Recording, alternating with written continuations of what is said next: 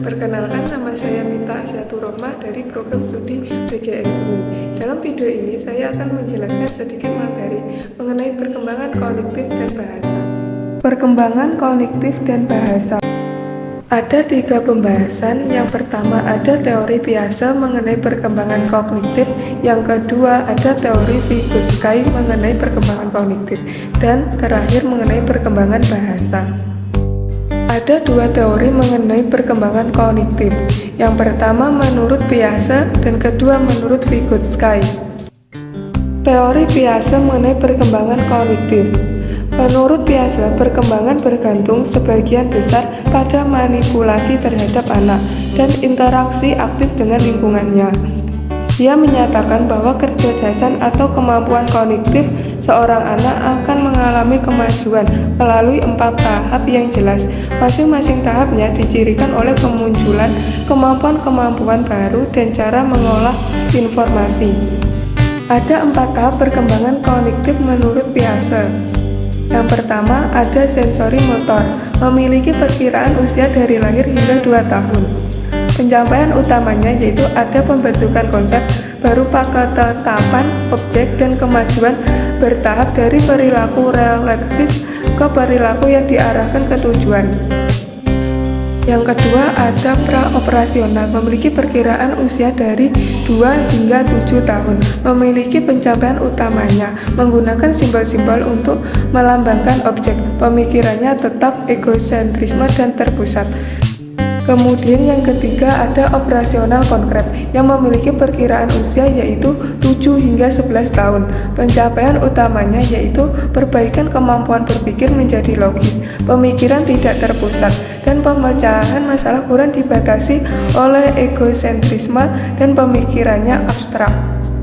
Kemudian yang keempat ada operasional formal, memiliki perkiraan usia dari 11 tahun hingga dewasa. Pencapaian utamanya yaitu pemikirannya abstrak dan semata-mata simbolik.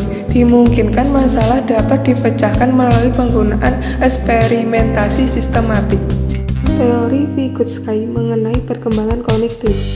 Bagi Vygotsky, pembelajaran melibatkan perolehan tanda-tanda melalui pengajaran dan informasi dari orang lain. Perkembangan melibatkan internalisasi anak terhadap tanda-tanda ini sehingga sanggup berpikir dan memecahkan masalah tanpa bantuan orang lain. Kemampuan ini disebut pengaturan diri atau self-regulation. Menurut teori Vygotsky, perkembangan kognitif pada anak ini dibagi menjadi 4 tahap. Yang pertama yaitu percakapan pribadi, suatu mekanisme yang ditekankan Vygotsky untuk mengubah pengetahuan bersama menjadi pengetahuan pribadi. Nah, pada tahap ini, anak akan mendengarkan percakapan orang lain yang akan ia gunakan untuk menyelesaikan masalahnya sendiri.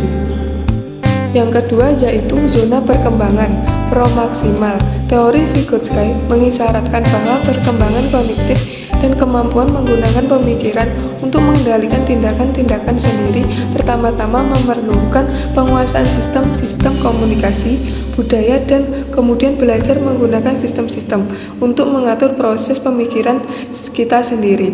Nah, pada tahap ini, anak sudah memiliki kemampuan untuk mengendalikan tindakannya sendiri. Selanjutnya, tahap yang ketiga yaitu perancahan, yaitu menyediakan banyak dukungan kepada seorang anak selama tahap-tahap awal pembelajaran, dan kemudian menghilangkan dukungan dan meminta anak tersebut memikul tanggung jawab yang semakin besar begitu dia sanggup. Nah, pada tahap ini, anak akan mendapatkan dukungan di awal, namun lama-kelamaan dukungan itu akan semakin sedikit untuk menimbulkan rasa kemandirian pada anak. Dan selanjutnya tahap keempat yaitu pembelajaran kerjasama. Dari teori Vygotsky mendukung penggunaan strategi pembelajaran kerjasama, di mana anak-anak bekerja sama untuk saling membantu belajar. Nah, pada tahap ini anak-anak akan saling membantu bagaimana cara menyelesaikan sesuatu. Ada perbedaan pendapat antara Piaget dan Vygotsky. Vygotsky berpendapat bahwa perkembangan kognitif sangat terkait dengan masukan dari orang lain. Namun sama seperti Piaget, Vygotsky percaya bahwa perolehan sistem-sistem tanda terjadi dalam urutan langkah-langkah tetap yang sama untuk semua anak-anak. Perkembangan bahasa. Pengertian bahasa. Bahasa adalah suatu bentuk komunikasi, entah itu lisan, tertulis, atau isyarat, yang berdasarkan pada suatu sistem dari simbol-simbol. Ada dua faktor yang memengaruhi perkembangan bahasa. Yang pertama, biologis. Pada faktor biologis ini, anak-anak dilahirkan ke dunia dengan perangkat perolehan bahasa, yakni suatu warisan biologis yang memampukan anak mendeteksi gambaran dan aturan bahasa, termasuk fonologi, sintaksis, dan sistematik. Dan faktor yang kedua yaitu lingkungan. Pada faktor lingkungan ini menggambarkan di mana pengalaman-pengalaman lingkungan memengaruhi keahlian bahasa anak berhubungan langsung dengan pertumbuhan kosakata anak dan kuantitas bicara.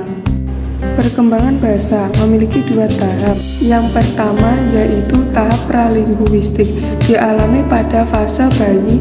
Bahasa bayi berupa simbol-simbol ekspresi tertentu seperti menangis, menjerit, dan juga tertawa sebagai cara menyampaikan keinginannya. Kemudian akan meningkatkan menjadi komunikasi verbal. Komunikasi verbal pada tahap ini masih dalam bentuk sederhana, seperti mengoceh dengan kalimat yang belum begitu jelas.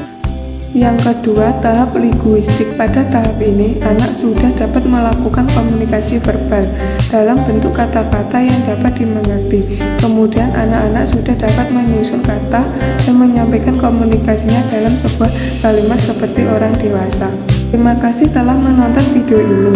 Semoga dapat bermanfaat dan menambah wawasan teman-teman.